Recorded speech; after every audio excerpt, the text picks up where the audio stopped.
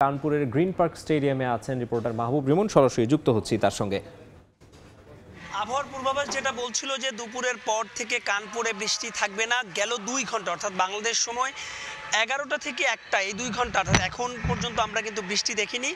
গুড়ি গুড়ি কিংবা ঝুম বৃষ্টি কোনোটাই নেই। আমরা দেখছিলাম যে মাঠ পরিষ্কার করছিলেন এবং মাঠের যে নিষ্কাশন, আমরা কানপুরের জানি যে ভারতের সবচাইতে পুরাতন স্টেডিয়ামগুলোর একটি হচ্ছে এই কানপুরের স্টেডিয়াম। তবু এই মাঠের যে ড্রেজিং সিস্টেম সেটাও খুবই আধুনিক এবং যে কারণে কিন্তু প্রত্যাশা করা যাচ্ছে হয়তো বা আর যদি বৃষ্টি না হয় তবে অন্তত একটা সেশনও আজকে খেলা হতে পারে, খুব ভালো সম্ভাবনা রয়েছে। কারণ এই মুহূর্তে আকাশে রোদ না থাকলেও কিন্তু মেঘ নেই। যদিও দুদল যে টিম হোটেলে ফিরে গেছেন সকালবেলা, তারা এসেছিল, তারা এখন পর্যন্ত কিন্তু স্টেডিয়ামে আসেনি।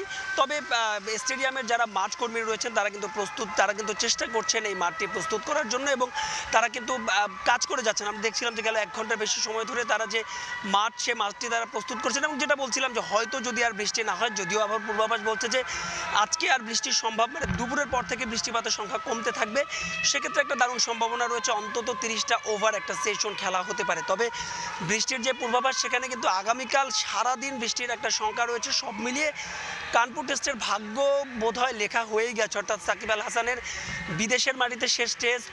যদি সে বাংলাদেশের মিরপুরে খেলতে না পারে তবে তার আজ শেষ টেস্ট ম্যাচ। সব মিলে সেই ম্যাচটা হয়তো বা ড্রয়ের দিকে এগুচ্ছে, যেহেতু জানেন যে গতকাল মোটে যে 35টা ওভার খেলা হয়েছিল সেখানে বাংলাদেশ দল 107 রান তুলতে পেরেছে, 3টা উইকেট খুইয়েছে। ক্রিজে বাংলাদেশ আজ যদি খেলা হয় তবে মুমিনুল এবং মুশফিক 2 সিনিয়র ক্যাম্পেইনার রয়েছেন, এরপরে লিটন আছেন, সাকিব আল হাসান নিজে আছেন, মিরাজ আছেন। অর্থাৎ হয়তোবা বাংলাদেশ যদি আজকে একটা সেশনও হয়, কালকে 2-3টা সেশনও খেলতে পারে, অন্তত 2টো সেশন খেলতে পারে। সেক্ষেত্রে বলাই বাহুল্য এই টেস্ট হয়তো ড্রয়ের দিকে এগুচ্ছে। আর যদি তাই হয়ে থাকে তবে কিনা টানা 18টা টেস্ট ঘরের মাঠে ভারত কিন্তু 18টা সিরিজ আসলে জয়ের একটা সম্ভাবনা থাকবে। তবে যদি দর্শকদের কথা বলি, দর্শকদের কিন্তু অপেক্ষার প্রহর যেন ফুরোচ্ছেই না। বৃষ্টিকে উপেক্ষা করে তারা কিন্তু স্টেডিয়ামে এসেছেন এবং আমরা দেখেছি যে কানপুরে 32,000 ধারণ ক্ষমতা। তবে যেহেতু একটু নাজুক স্টেডিয়াম সেহেতু 25,000 টিকিট বিক্রি করা হয়েছে এবং হবে, এটাই জানানো হয়েছিল। প্রায় অর্ধেকটা, অর্থাৎ অন্তত আমরা 10 থেকে 15,000 দর্শককে দেখেছি। সকাল থেকেই তারা লম্বা লাইনে টিকিট কেটে কিন্তু মাঠে এসে উপস্থিত হয়েছেন এবং তাদের বিশ্বাস নিশ্চয়ই খেলা হবে। কারণ জানেন যে 2021 সালের পর 3 বছর বাদে আবারও কিন্তু কানপুরে কোনো টেস্ট ম্যাচ ফিরেছে। সবশেষ যেটা অনুষ্ঠিত হয়েছিল 2021 সালে নিউজিল্যান্ডের বিপক্ষে এবং উত্তরপ্রদেশ অর্থাৎ ভারতের এই কানপুর স্টেডিয়ামটা যেখানে অবস্থিত তার পাশেই কিন্তু লখনউ রয়েছে এবং সেখানে একটি অত্যাধুনিক স্টেডিয়াম থাকায় কানপুর কিন্তু খুব একটা সুযোগ পায় না।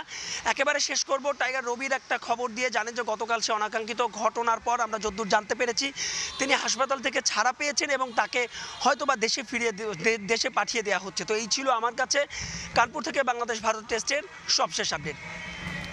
কানপুর থেকে যুক্ত হয়েছিলেন রিপোর্টার মাহবুব রিমন, জানাচ্ছিলেন বাংলাদেশ ভারত কানপুর টেস্টের দ্বিতীয় দিনের খবর।